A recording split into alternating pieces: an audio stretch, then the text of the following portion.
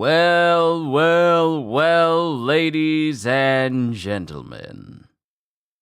It is the first One Piece chapter of the year! I am so excited to see what's in store for this story right now. I'm happy. I'm incredibly happy.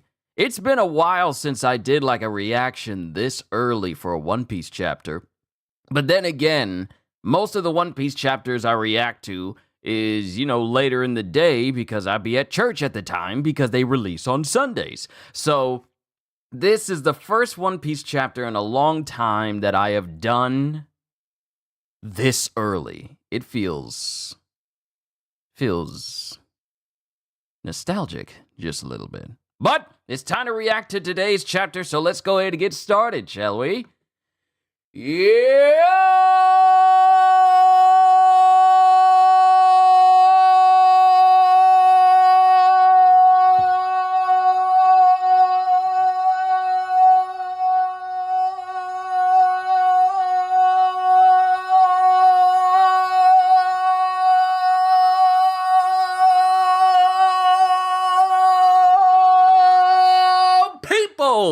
Qushu 92 here. Welcome back to One Piece. It is the year 2025, and I am excited to see where this story goes from here, because a lot of things happened in the last chapter. We got introduced to Ms. Ripley. We learned that the land of Elbaf has moved away from its warmongering days and is now trying to enter into an era of peace, not unlike that of Dressrosa. And not only that, but all of the books of Ohara are inside the Owl Library, which has the strange ability to enlarge in books no matter who they come from as soon as they enter into the library.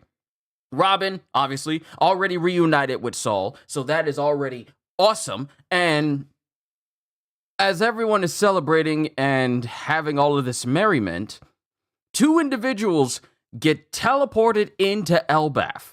One of them looking eerily similar to Shanks, in a summoning circle eerily similar to the Gorosei. So now let's see what the year of 2025 has to offer in terms of One Piece with chapter 1135, Friends Cups. Ooh. Ogre, and we got a continuation of Yamato's cover story. Ogre Child Yamato's Golden Harvest Surrogate Pilgrimage, Volume 21, I'm Different Now. Now remember, Tama was being held hostage by Hold'em when Yamato caught up to him. Not only that, but Lady Speed was, kind of charred and on the ground because of her being burned by Hold'em's lion head that is on his stomach.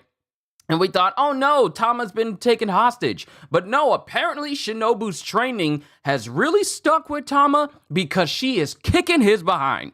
Remember, this used to be like a big top dude, well, a relatively top dude in Kaido's entire crew, his entire army. And Tama is just kicking him in the face. Enough force to draw blood from him. So she's not only kicking Hold'em's behind, but also kicking the lion's head in his stomach's behind as well. So, good on you, Tama. Shame what happened to Shinobu, because she just slipped back into the way she looked before. She was slim at first, thanks to a Ryokugyu, but now she went back to her, mature size. And now we're here with Bonnie. We're here with Bonnie as she's sitting on a book, reading it with Chopper. The letters are so huge, I can't even read them like this. And Saul goes, Biblo's the one who lords over this library. Pardon me. Biblo's the one who lords over this library. Ooh. He's been around here for centuries, I hear. All we know is that owl up there will make any book that enters his territory grow to enormous size.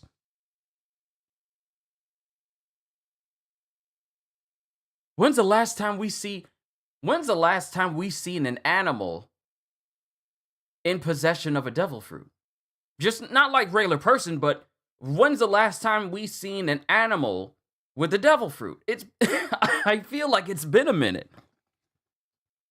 All we know is that owl up there will make any book that enters his territory grow to enormous size. Biblo, Owl Library Chief Librarian. Because Elbaf ain't affiliated with the world government, we don't get news coups here. But you can read little newspapers the fishermen get while at sea. And Lilith goes, I suspect it's a growth owl that's eaten the grow fruit. It can cause any inorganic matter to grow. The perfect power for a land of giants. This Joker got the grow fruit. Mind you, this is the second time, this is yet another instance of us getting a fruit that can cause a person to grow, cause something to grow in size. With San Juan Wolf, it's the giant fruit. No, huge fruit. It's a huge fruit where he can make himself huge. Here, we have the grow fruit, which can make inorganic stuff huge, which is perfect for this place because now all the giants are capable of reading all these small books from Ohana if they want it. Then Saul continues speaking to Robin. So, does it take you back? It does. I wonder if they have medical books. They do, but most of it is archaeology and history. We got some medical books from here. Wait. We got some medical books from here in Elbaf. Wow! I want to see them! And, Chopper, he wants to learn more medicine. But they were always big, so they can't shrink down. And the owl's just watching. Then we get back outside as Luffy's having fun with the kids. And he's on a giant swing with the kids. And he's swinging so high that the kids are high out. You remember when you were kids. When you were kids and you had to swing and you really wanted to fly up into the air. So when you did, but some of you probably were a little bit scared. And he's all like, no, I don't want to go that high. This is Luffy. He's enjoying himself on the swing, but the kids are not. They're scared. He's just going, Yahoo! And I'm trying to see if Usopp is having fun as well, or if he's hanging on for dear life. I think he's hanging on for dear life, but Luffy's probably the only one enjoying himself. But the kids, they're holding on for dear life as well, and they're getting scared, and Luffy's going, push harder! Wow, this is great! I love this giant swing! And next thing we see is Luffy and Usopp with their faces just bludgeoned in by Nami. Those children were terrified! I tried to stop him. And the kids are crying and they're running to Gerd. Miss Gerd, they're scaring us! Hey, a warrior shouldn't be crying. It's pathetic. You poor things. Stop it, Luffy. The children here are raised to be kind and well-meaning and pure. And then Sanji goes, huh? And he notices that, wow, one of the kids is behaving just like Momonosuke. Because he's nuzzling up to Gerd and he gives like that same smug, I can get away with this because I'm a child grin that Momonosuke did. Oh, you smug little brat. Is that just a universal trait? Yeah, this seems to be a universal trait for kids. Then we get back to Luffy. I'm really sad about this, Usopp. I know how you feel, but we can't complain about Elbaf trying to live in peace. And then something comes flying in. And it almost hits Luffy and Usopp. I found your straw hat, Luffy. Ah! Hey, what happened to being peaceful?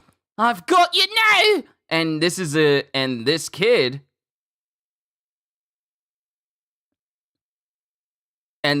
tries to hit Luffy, but Luffy just blocks it. He just blocks it with one hand, and he snaps this kid's sword in half with just his arm. Mind you, this is a giant kid. And he just snaps it in half. Huh? Gear 3. Gum Gum. Elephant Gun! And he hits directly next to this kid. This is Kowloon, isn't it? Yeah. That's Kowloon. Ain't that Kowloon? Is he trying to see how strong Luffy is? Because of what Shanks had told him this whole time? That looks like Kowloon. That's Kowloon. Hey, take it easy, Luffy. What? I didn't hit him. Even still. And then someone screams, Ah! It's going down! At least someone's here got some backbone. You're scaring us, Luffy! We hate violence! Ah, that was awesome. I could totally tell you're an emperor of the sea. We hate you too, Kowloon! Yeah, it is Kowloon. I just wanted to confirm. The wild child is here! You don't even go to school! Shut up, losers. I hate you sniveling weaklings too. He's so vicious! Now, before we start on this next panel, family just got here with breakfast. I'm gonna help bring that in, and then we'll continue with the next page because I really want to see where this goes. I'll be right back. Also, Cohagen, good to see you. I started early, yes, because the chapter's out. The chapter's already out. So I wanted to go ahead and jump up on it. But let me get my breakfast. Be right back.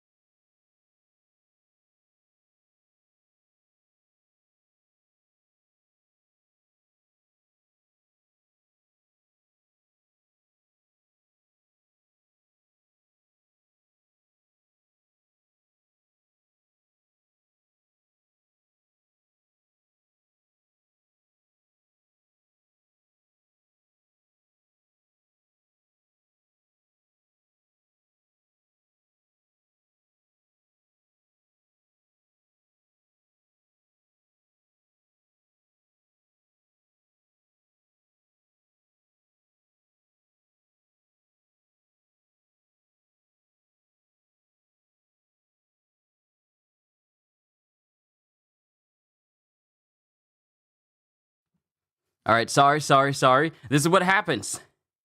This is what happens when I stream early and I haven't had breakfast yet. Brother got to step out and get his breakfast in. I'll eat it after I get done with this chapter. But good to see you, Zakaruga, and Finding. But this is going to be the only time I look at chat, so that way I can focus on the chapter. So, Kowloon is back. I still got these keys in my pocket. I don't need these. I'll take them back downstairs later. But Kowloon showed up. Shut up, losers. I hate you sniveling weaklings too. I'll edit this later, so that way I can cut out that whole space where I walk away, so that way it's not just there. Especially for this being the first chapter of One Piece this year. Shut up, losers! I hate you sniveling weaklings too! He's so vicious! And then we get Ripley, who's speaking to Kowloon. Remember, this food was supposed to be taken to Ripley way early on, like in chapter 1132. There you go, causing trouble again, Kowloon. That was a really good swing, though. Oh, here! It's your favorite, Mom, from Mato! Ripley! I thought the bar maiden. I thought the chick over in the bar. I thought that was Kowloon's mom. Ripley is Kowloon's mom. Ripley is Kowloon's mom.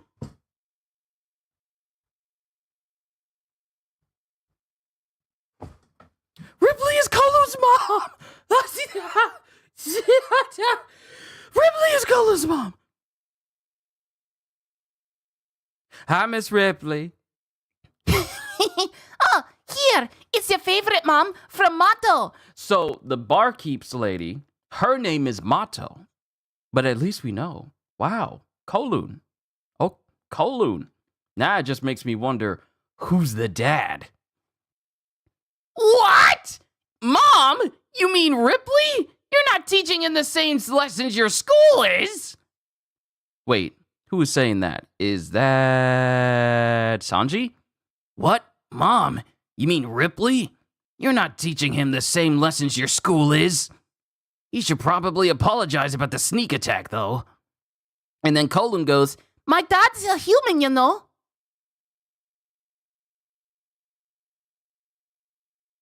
Huh? He used to be a pirate. He can even hold his own against Elbaf warriors. Ah, lingonberries, how sweet. Your father's a human? He's a younger man, actually. He keeps sulking that he's the only one who ages, and that's why he won't marry me. So I've always been his common law wife. Who does this guy think he is, anyway? Even the library is cool. The books are all huge. because Luffy catches up with everyone else. Who is Kowloon's dad? To pull Ripley. A human. A regular-sized human. Pulled Ripley. That's gotta be an awesome guy for him to pull Ripley. Would you like to know more? Yes. Okay, Kowloon's dad. But Luffy's caught up with Robin and company. Luffy, I want to catch up with Saul, so I'll stop by the feast later. It'll be fine. Their feasts all last 3 days and nights. I'll stay too. And this is Chopper. Okay, got it. And then we have Lilith with Bonnie. Don't worry about me. I've got to go ask for permission to put down roots here. I literally just used the term put down roots in my reflections about what Vegapunk is about to do. I literally used that term and it's official canon now. I love it when I say things and they turn out to be canon. I said it first. So, well, before it got officially released, I just confirmed it. So, yeah. Don't worry about me. I've got to go ask for permission to put down roots here. Me too. And this is Bonnie with Lilith. Then we get Frankie. Oh, listen up. Turns out the whole tree is an atom tree. The whole island is an atom tree. It's the ultimate tree whose wood I used to build the Sunny. Jewel Tree Atom. Yeah, there are several atom trees in the world, but this one's by far the oldest. I'm gonna soak in the majesty of the Jewel Tree. All right, you guys, fine. We'll go back first. I'm about ready to starve. I'm about ready. Oh, pardon me. I'm about ready to starve by now. And this is Luffy. Then we get Gerd. I have a request for everyone. What is it, Gerd? Yo! Why, thank you. Do I look like a warrior? Oh, everyone else has. Oh, Yo, Gerd got them all clothes. Oh, this is a double spread panel where all the other remaining Straw Hat crew now officially has Elbaf theme outfits on. Yo! Why, thank you. Do I look like a warrior? You're killing it, Brooke. How about me? I definitely feel stronger. But how did you have all these clothes in our size? And then Gerd just goes, I have a hobby of making human clothes. That's all there. Honestly, nothing else. Oh my gosh, they're so cute. I'm so happy you like them. And so we have Brooke.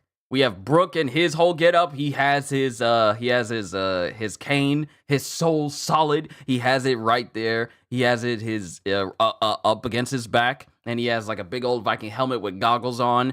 Robin has like a fur-lined little. I wouldn't say it's a cape, but it's like a small cape, and she has like a whole skirt that also goes mostly down the left side of her leg, while also accenting her now shorter hair. Frankie all of a sudden has a big old giant beard.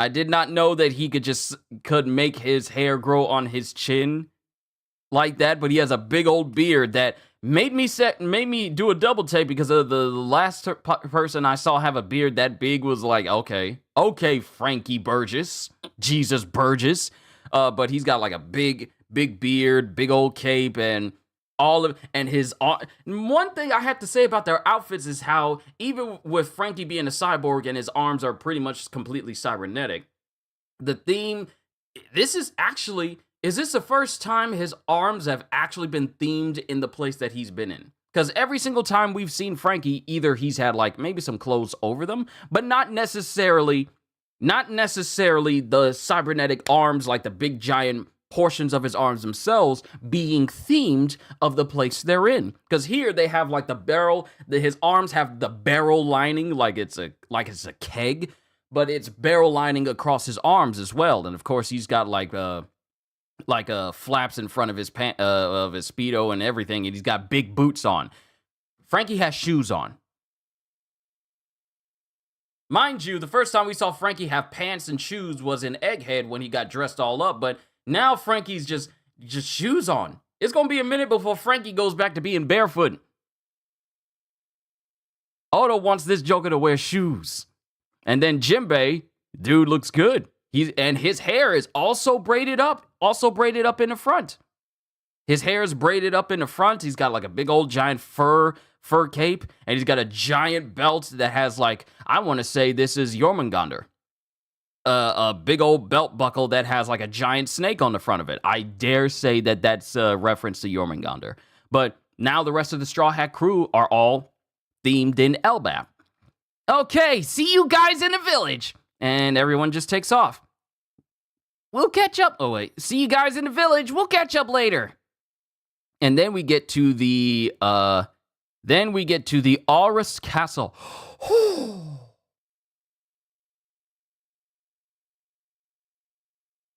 We get to the Aurus Castle, the same castle those two people appeared in. Aurus Castle, Western Village, Aurus Castle, Western Village, Elbaf. Ah, pipsqueak humans. How did we let you get in? We failed as guards. Are you in the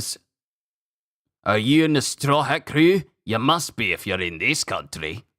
And then the person that's standing next to the person that looks like Shanks goes, "We are looking for the person named Loki."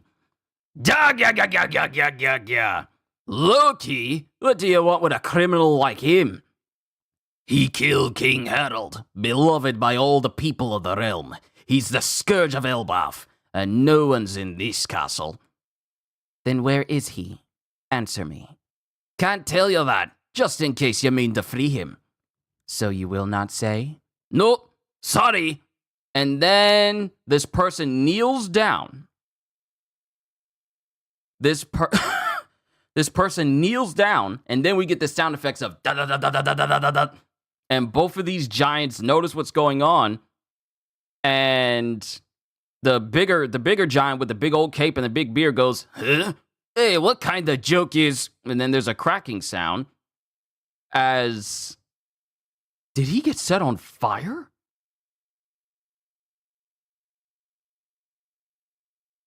No, something. He keeps, like, he just falls to the ground and he's screaming in pain. And his face is being turned black, like his head is being turned black, and he slumps to the ground. Ah! Huh? Hey, what's wrong? Oh! Ah! And there's still more cracking sounds going on. What did this person do? Behave yourself, you insolent lout. Did you think I asked you a question? Ah! I gave you an order to answer me. Hey, what's happening? And there's still cracking sounds going on. Oh. Oh no. They're here for Loki. This is bad. They're looking for Loki. They are looking for Loki. Western Village, Elbaf. From the distant East Blue, we have come at last to this place. Hey, it's the Straw Hat Crew. The land of giants at last! The kingdom of the world's strongest warriors! Then we get Dory and Broggy with Luffy and Usopp. We're glad you're here. We've been awaiting you. These are the pipsqueak humans who understood and protected our warriors' pride. Then we get Oimo and Kashi. The ones who freed us from a prison of our own ignorance. And Harudin. Who saved my life when I was in danger of vanishing into nothing.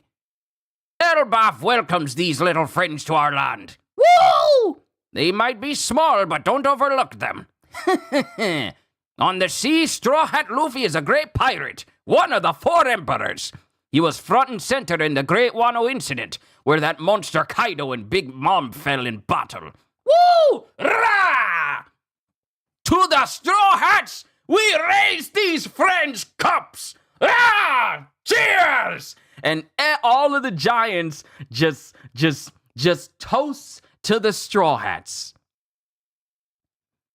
Bo-ja-ja-ja. I can hear them from here. Looks like the Straw Hats are back.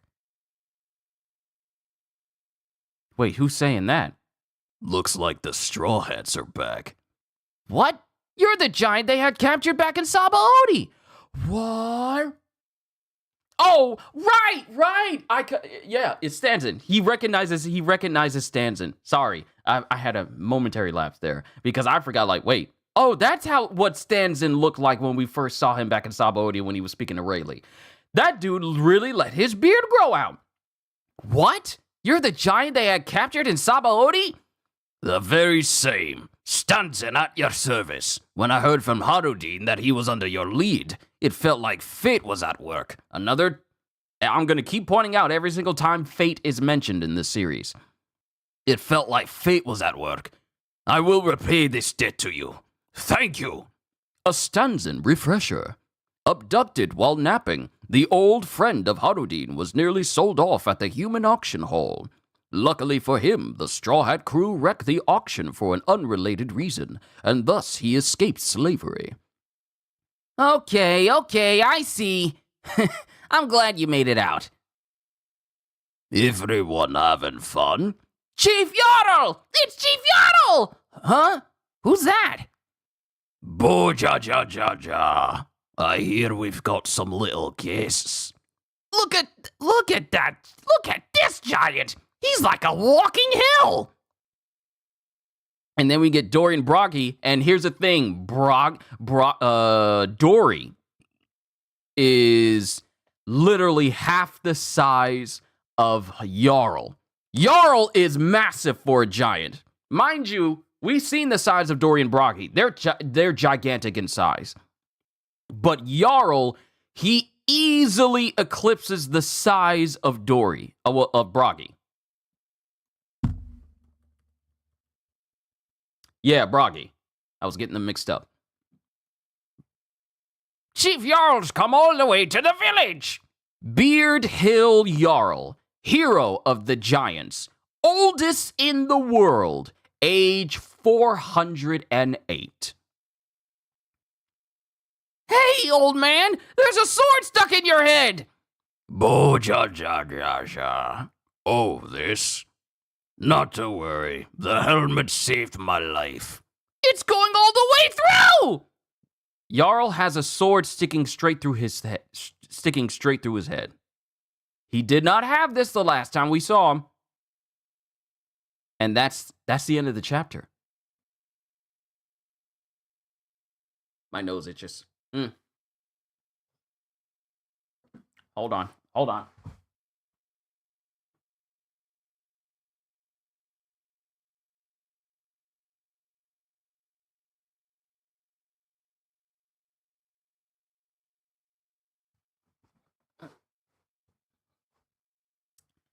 All right. Let me just catch up to everything. It's good to see everybody. Zakaruga, Anime All Day TV, Looney Scorpion, Halster. Good to see you as well, Cohagen and Finding.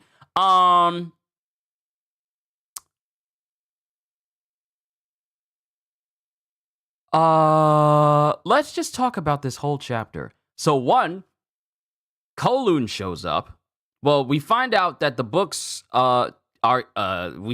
learn about the chief librarian of the Owl Library, whose name is Biblo. And not only that, but this is also a creature that has the power of the grow fruit, which causes every book that enters into the library to grow in size. So that's the reason why. Many of us, I'm pretty sure a lot of us thought, like, what's going on with this place and why can it do this? But now we get a confirmation that this giant owl has the devil fruit power of making inorganic things grow around it. So that's the reason why all the books are huge in this place. Luffy's palling around with the children and scaring them half to death because, Luffy doesn't do anything half-heartedly. He either goes big or he goes home, and he rarely goes home.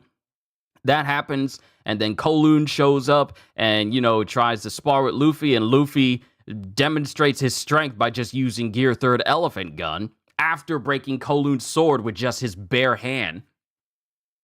Then we find out that Ripley is Kowloon's mom, and find out that Kowloon's dad is a human. So props to Kowloon's dad for pulling a giant lady like Ripley.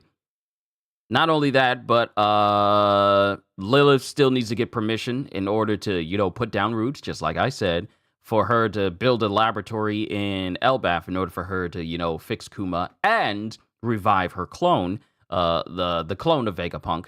And then Frankie wants to check out the entire tree because it's the same tree that the Oro Jackson and the Sunny were made from. We also find out that there are several Atom trees in the world, but the one in Elbaf is the oldest. Not only that, but Gerd gives the remaining Straw Hat crews, Jinbei, Frankie, Robin, and Brooke, a change of clothes so that they can all fit into the theme of Elbaf. And they go and get ready to celebrate with the rest of the Giants. Those two unknown individuals, they appear in Aurest Castle, which we finally get the name for. We get the name for the castle, Aurest. And the one that has the bandages over their face, still can't confirm if it's a he or she, they ask where Loki is, because they are there looking for Loki.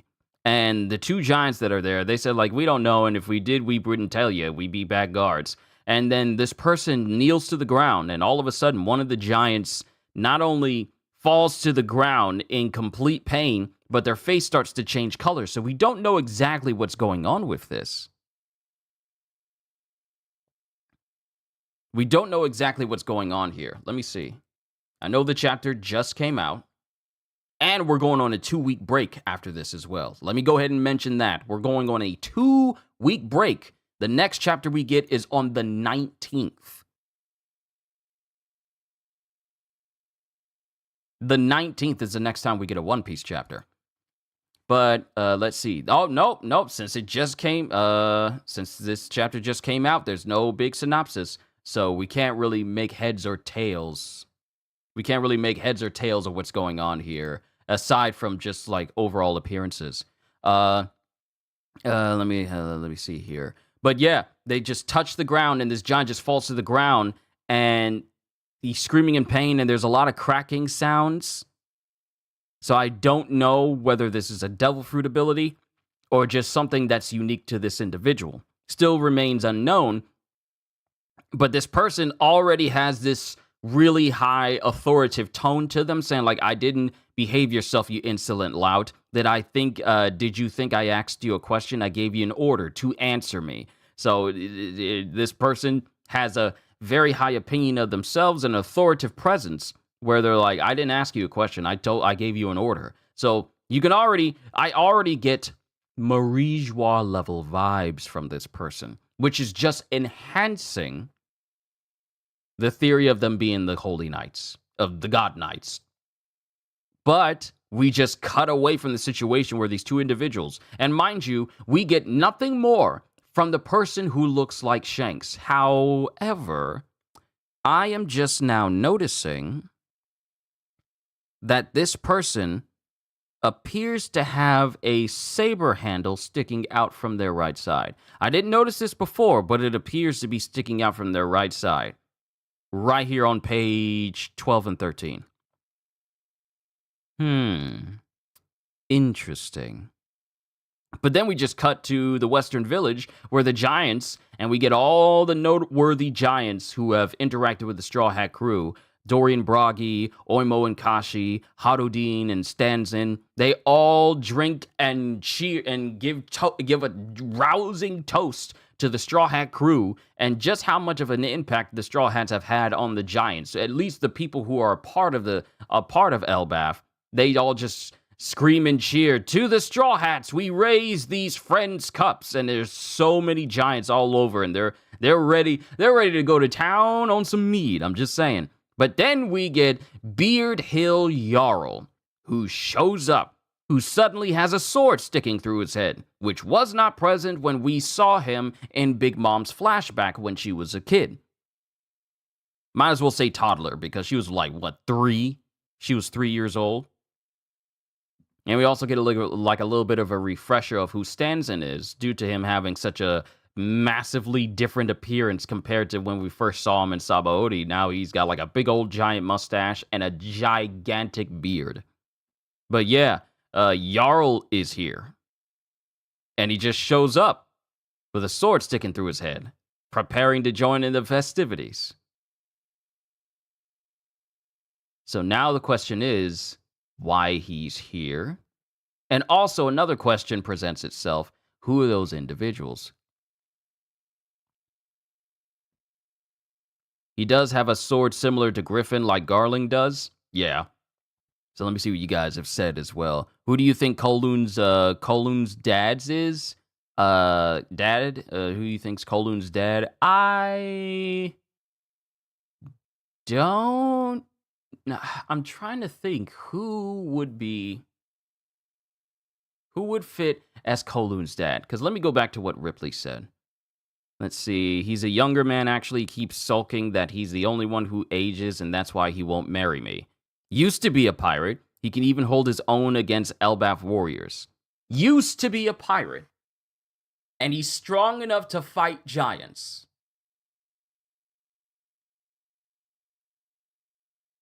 So, automatically, let me just go ahead and get this out the way. It's not Shanks. I know some of y'all probably had to pop into the head. Is it Shanks? No, because Shanks is still very much a pirate. So it ain't him. But it makes you wonder who it could be. Wouldn't it be funny if it was someone from Roger's crew? Like, what if it's Gabon? What if it's Scopper Gabon? Wouldn't that be funny? Wouldn't that be funny if Kowloon's dad was a former member of the Roger Pirates? If that, because y'all been wondering where Scopper Gabon is. You know, the person that was right next to Rayleigh? Y'all been wondering, wouldn't it be funny if Scopper Gabon is the father of Kowloon? And he pulled Ripley. And he's just sulking that he ages while his wife, his giant double wife, continues to remain young looking throughout the years. Wouldn't that be funny? I'm just saying. I don't know. There's absolutely no weight to support this, but wouldn't it be funny if it was him? Could it be Rayleigh or what's his name?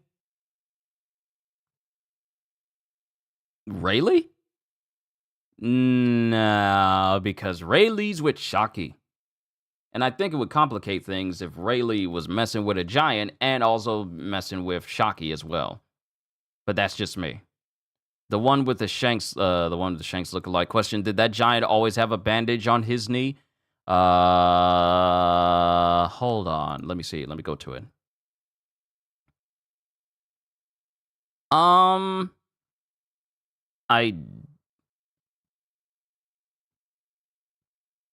Huh.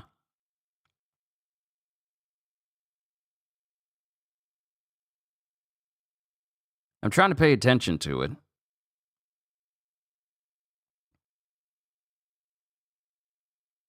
It might just be a detail. It might just be a detail that was added for the up close panel, where we get a closer look of this giant, the one with the giant hair and the giant beard. That might be an up close perspective, so you can see a bandage. Because I feel like if they because I know exactly what you're referring to, but I feel like if they put a white bandage on his leg on an already white cape, it probably would have a conflicting look with it. So that's the reason why they probably didn't add it until they got closer, so you can have a much better view of his physique. And that's the reason why that bandage shows up there. Who knows? Maybe he was with Ripley before Shocky? Maybe, but I don't know. The second Holy Knight looks like a woman, but I ain't gonna complain if it do turn to be a femboy type looking character. It's crazy. We are still at the very beginning of this arc, but stuff's already cooking. Oda is seasoning the meat. Yes, Oda is just drizzling the salt. And we're going on a 2-week break, so now we just gotta think about, okay, first of all, Rayleigh has been around. Is that how you spell Rayleigh? That's how you spell Rayleigh? Rayleigh. That's the official way to spell Rayleigh's name. I'm just saying. Let me see what you guys have said. Let me see. Dragon said once the Holy Knights made a move, he would start to move, so hopefully Dragon will actually do something. That's if he finds out that the Holy Knights are there in Elbaf. That was a good voice you used for the hooded figure. Well, thank you. Thank you. Let's see. Yo, Qushu, glad I made it. You should add I am the fated villain to the channel. I already got a lineup of what I want to add to the channel. I don't want to keep adding tons and tons of manga to the channel, and it eliminates me being able to do whatever I want on the channel as a whole. The only reason why I have like Kagurobachi, and Kaiju number 8 and Hunter x Hunter being added is because I see those as ones that I would definitely, dedicate time to. I don't know anything about the fated villain, so I can't really add it. Let me see. Let's see. That hooded figure looks like Sheik from Smash Bros. I'm thinking Zelda. Rayleigh, don't know how it's spelled. Yeah, exactly how Finding spelled it. But now I'm just wondering. So, one, they're here to find Loki.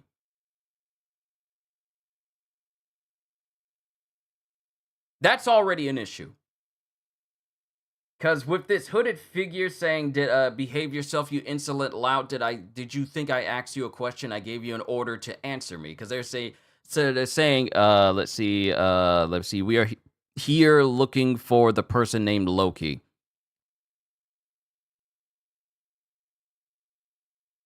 And they're saying, like, he killed King Harold, beloved by all the people of the realm. He's a scourge of Elbaf, and no one's in this castle. Then where is he? Answer me. Can't tell you that, just in case you mean to free him.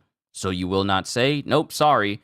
And this person kneels down and just starts doing something to this giant, but he's sweating, and his face turns black. Like, his whole body doesn't do that, but only his face turns black, and he looks like it's in pain, and he slumps over. And there's a cracking sound going throughout all of his body. So either one of two things. This person has a devil fruit ability to break people from the inside. Like, wouldn't it be crazy if this person wields the power of the snap fruit? I know it's obscure and kind of random for me to just come up with that on the fly, but imagine a devil fruit that's capable of breaking whatever this person wants. The snap fruit.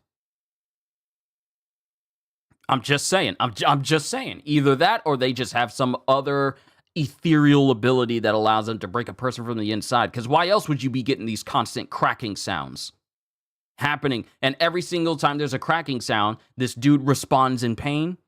There's one crack, he goes, ow. There's another crack, he goes, ah. Then there's another crack sound, and he screams out again. Every time there's a crack sound, he falls to the ground in pain. I think this person has a devil fruit that lets them break things. I'm just saying. More like a bandage fruit. Are y'all still hung up on the bandages over this guy? That is not how this works, because he already has bandages on him. Bandages don't break things. They're meant to hold things that are broken. So I'm just wondering. One, why are they here looking for Loki? And if they were sent from Marijois, I bet you anything this was done by Garling.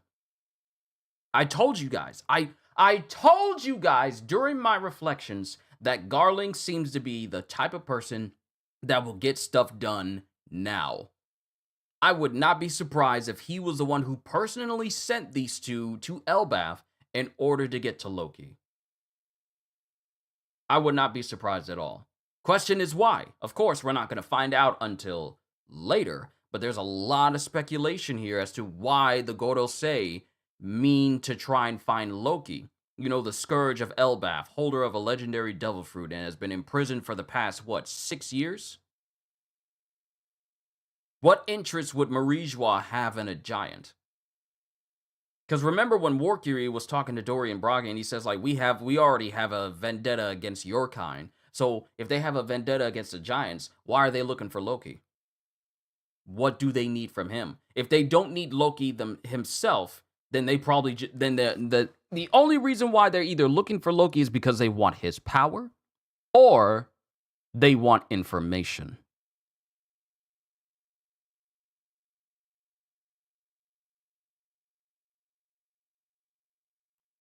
Qushu ranked the Elbaf Viking outfits. Okay, so obviously we got Luffy, we have Robin, Nami, we have Zoro, Jinbei, Brook, Frankie, Chopper, Sanji, and Usopp. Specifically in that order, and I'm not changing it. Specifically. It would be funny if they have bandages that can break bones. I love the sound of the irony of that, but I don't think it's a bandage fruit. Oh, I doubt it. Why now though? Why couldn't they do this sooner? It is an interesting question. But here's the thing, Halster, and this cuts back to my whole thought process of how Garling operates as an individual, or at least my assumption of how he operates as an individual. I just said that Garling seems like the type of person that will do stuff right now. Mind you, Garling didn't have the authority. The reason why I say he's doing it now instead of the Gorosei doing it sooner. Luffy needs to free Loki ASAP. He's a good guy. The dude said he was going to kill Luffy as soon as he got those chains unmade. As soon as he gets out of those chains. He also badmouthed Shanks. He is not a good guy. Loki is not a good guy. He's not at all. We don't know. Luffy needs to free Loki quickly. We don't know what Loki and Luffy talked about in order to warrant him being free. We don't know enough about Loki and the power he wields for us to warrant Loki being free.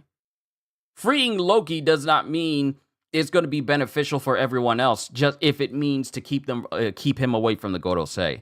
That's foolish reasoning if you think that. I just don't think it is feasible to release Loki just to keep him away from the Gorosei.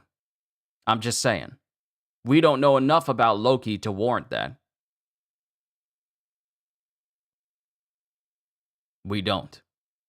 Sorry, but I'm not in the ballpark of free Loki. I'm not. We don't know enough. But going back to what Halster said, the reason why they probably didn't try to get to Loki sooner is because the Gorosei spend so much time in their room of power in Marijwa where they ain't doing jack. I'm just saying, they spent so much time inside that one room in Marijwa, barely doing anything of note except giving other people commands. So probably, you know, with Garling coming in, he still does, he comes off as that person like, no, I'm here to do some work. Why didn't you do this sooner? Well, we were deliberating. And they're like, no, we sending them in now. We ain't got time to wait, so let's do this now. The Gorosei, before Garling, were content with staying in that one room and just talking about things. It wasn't until push came to shove in Egghead that they felt that they needed to intervene because they didn't want the world to know about anything that Vegapunk was talking about. But that was it. When they got sent back to Marijwa, they didn't try to go back. They just stayed there. And because of their incompetence, they lost an elder. And now they got Garling filling in that spot. And Garling feels like that type of person that was all like, all y'all do is just sit in this room? Y'all don't do anything? Nah. York, I need you to get to work. You two from the God Knights. I need y'all to get to work. I need y'all in Elbaf, and I need y'all to find Loki. Garling just seems like the type of person that would make people start doing stuff right then and there. No time of deliberating. No, not discussing stuff. It's all like, y'all talk too much. Talk is cheap. It's time to work. So that's the reason why I feel like that's the reason why the God's Knights are being sent there now, because Garling pushed them. Not because the Gorosei said it was time, because they probably would have just stayed, just standing around the room with their hands behind their backs, or just sitting in the chair, or just sitting cross-armed, just thinking about things and discussing them, but not actually doing nothing. Garling's all like, really? That's all y'all do? No, it's time to work. Let's go work. We got a world to keep. That's what Garling feels like to me. That's the type of individual that he seems to me. So I guess, let's see, good guy, probably not. I feel like he's more of a figure who just dislikes everyone except those he views as friends. Like I said, we don't know enough about Loki to put him in one category or the other. So I guess I view Loki more of an anti-hero, anti-villain type rather than a good guy or a villain. We don't know enough to put him in that category yet. His first encounter was him being incredibly antagonistic, but also trying to be, and mind you, I hope you don't think that him trying to be friendly towards Luffy in order to get free is a sign of him like, oh, maybe he has a good nature after all. Or the conversation he was having with Jarl, because we all know that Denden Mushi is of Jarl. That there's no person on Elbaf that has a beard like that would be on a Denden Mushi to emulate the appearance of Jarl than Jarl. But Jarl says like, oh, there's kindness behind your words. But that doesn't make him an anti-hero or an anti-villain. We don't know enough. We'll find out more about Loki when we find out the reason of King Harold's death. The specifics of it. All we know is that apparently Loki killed him, but we don't know the whole story. So the day when we find that out is when we can truly get a feel for like Loki's disposition and why he behaves the way he does. I feel like when we get that backstory, that story of what actually happened, that's when we'll learn more. But that's my opinion. Overall, and I'll go ahead and let you guys go because I still got breakfast here. Thankfully, it's still very hot. I want to eat my food before we move on to Sakamoto Days. We're not getting a One Piece chapter again until the 19th of January, which will be on a Sunday, so we'll go back to our usual time of me doing my reactions like early at 1 p.m. the way I normally do. But overall, for our very first chapter, the Straw Hats, more importantly, speaking of Jarl, how is he alive? That's what I'm curious about. He said his helmet saved him. You know, it's just like, unless it takes your head off or goes through your heart, you can pretty much survive so many things in the world of One Piece. Remember, Shiki has an entire steering wheel, like an entire steering wheel embedded in his head. And he's still very much alive. So people having things embedded in their heads in One Piece is no shock at all.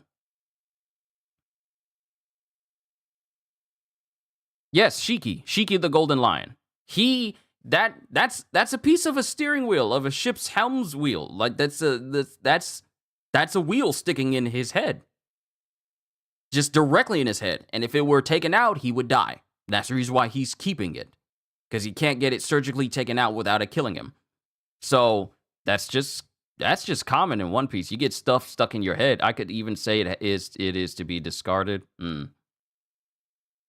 Yes, One Piece world, logic is optional. That's exactly how the world of One Piece works.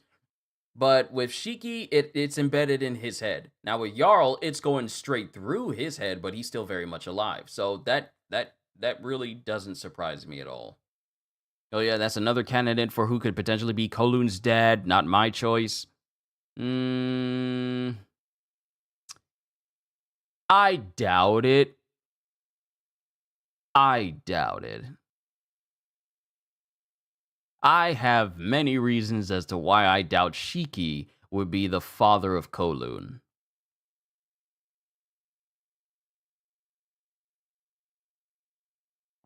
but that's just me. But overall, I enjoyed this chapter of One Piece. All of the Straw Hat crew got the Viking duds, and now we're getting... And you know what?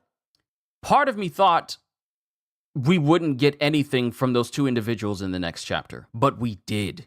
The last chapter we got had those two people showing up. And now this chapter shows them again. Normally, if it's incredibly important people, like say for instance, cutting to Marijois, we would cut to Marijois, and then we wouldn't see it again for maybe a chapter or two, or maybe even 3, or maybe even 4. We wouldn't see that again. That's how sparse it was. But here, we would get these two individuals, and now the very next chapter we get is with them in it still. Sure, it's just a couple of panels. It's just like 2 pages. But it's enough where it's like, okay, you had them in chapters back to back. So obviously they have some great deal of importance for Oda to be putting them into chapters back to back to each other. That's just my opinion. But for our very first chapter of One Piece in 2025, Oda is already setting a precedent of like, okay, these people are not to be messed with because one of them brought down a giant without touching him. It's one thing for Vice Admiral Doll to show up and use her rock and roll move to beat up on, I think it was Oimo or Kashi, either one of those two. It's one thing for her to physically jump up and bring down a giant. It's another for this person to just touch the ground, and all of a sudden this giant just falls to the ground in pain without touching them. Also, a growing devil fruits, a new paramecia. I'm happy. Yeah, we got a new paramecia type. The last new one we got, and my lips are major chapped right now. I got to take care of that. The last major paramecia devil fruit we got was the brain fruit. The brain fruit. Yeah, the brain fruit was the last paramecia type devil fruit that we've seen, aside from the ride fruit of bluegrass. So it's good to know that we still got some paramecia types out there. But it has been a hot minute since we've seen a brand new Logia. So maybe we'll see one. I hope we see a brand new Logia this arc. The newest Logia type that we've seen was Karasu with the Sutsut fruit. And Ryokugyu with the Woods fruit. It's funny enough, the opposite of Lily Estamac's fruit, who was a filler non-character, but they were a giant. It's the thing is, her fruit is in more ways connected to San Juan Wolf's fruit in the fact that it's a reverse. And the cannon fruit from that Vice Admiral on Egghead, right, because he could turn the top of his... Wait, was that a devil fruit, or was that actually something he could just do with his head? I think it was... No, right. No, you're right. I'm worried for the giants at the feast. If those two hidden figures are god knights and they are super strong, I'm worried too, Winston. Because that one person just brought down a giant without touching him. In an instant, and the other giant does not know what's happening to them. At all. So that's already a great concern. But going back to Halster, with Lily Estomac's fruit, it was basically the reverse of San Juan Wolf's fruit. She was a giant that could shrink in size, whereas San Juan Wolf is a giant who can grow in size. So those two are far more better parallels than just the grow fruit. Than the grow fruit being a comparison between Lily Estomac's fruit. But, that's my overall opinion. Man, my lips are chapped. My goodness, that's unsavory. My apologies. But overall, I enjoyed this chapter. I'm going to go ahead and eat the rest of my breakfast. And then once I'm done, we'll move on to Sakamoto Days. And then later on today, I will be doing my first impressions of Wuthering Waves and seeing if it's something I see myself playing. But we'll see. It'll be a nice, chill session. You guys can tune in if you like. But that's what's on the table for today, and I believe tomorrow is when we get the very first episode of Solo Leveling Season 2. So yeah, overall, I enjoyed this chapter, and I can't wait to see what Oda does when we come out of this break. Hopefully he gets plenty of rest, so that way he can continue to deliver these absolutely amazing chapters of One Piece. And we'll see where things go, because all the giants are having a feast right now. So whatever happens inside of Allrest Castle with those two hooded individuals, none of the giants can hear because they're partying down below.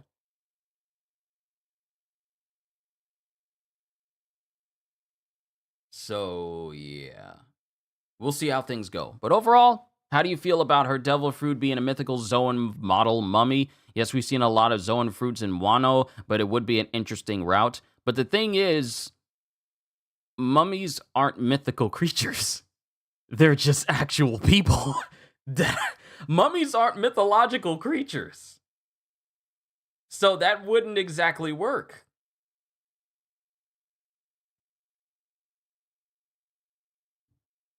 Mummies aren't mythical creatures. They're real. They're just specially buried people.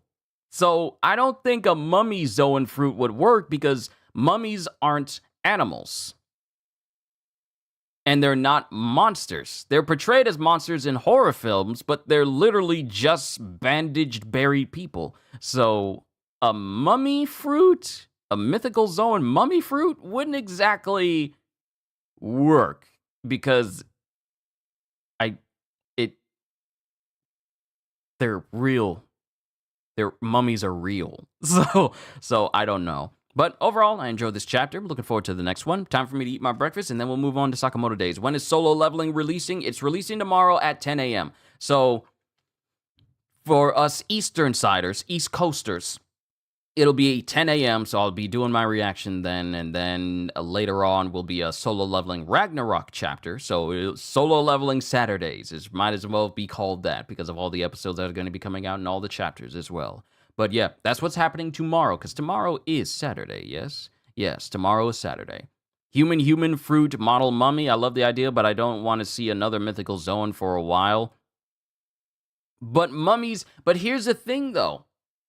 While it's a nice idea, mummies are not mythological. Nor are they sort of figures that are deities. They're just literally people who are buried. They're just bandaged, buried people. So there's nothing mythological or supernatural about them. Movies don't count. That's just movie portrayals of mummies. So it's got to be... I'm going to leave it alone. But like this chapter, looking forward to the next one. I will see you guys a little bit later on after I get done eating breakfast. Sorry, didn't mean mythical, just meant Zoan in general. Right, but mummies aren't animals. So they're not animals, nor are they mythological beings in any respect at all. If it was a bandage fruit, or like a band fruit, sure, you could do that. This makes me, I use the band fruit. That makes me a band human. And then just wrap people up like they're mummies, that's one thing. But mummies are real people. So they can't be Zoans because they're people. They gotta have a unique thing about them in order for them to be portrayed otherwise. But I don't want to go down this road because I'm just like, nah, it wouldn't work that way. But overall, hope y'all enjoyed. I'm going to end it right here because if I keep going, I won't be able to eat. Hope y'all enjoyed. Can't wait to see you all in my next video. Like, comment, and subscribe if you haven't already, because I am always looking forward to entertaining you onwards to 100,000 subscribers. So have a fantastic day. And once again, as always,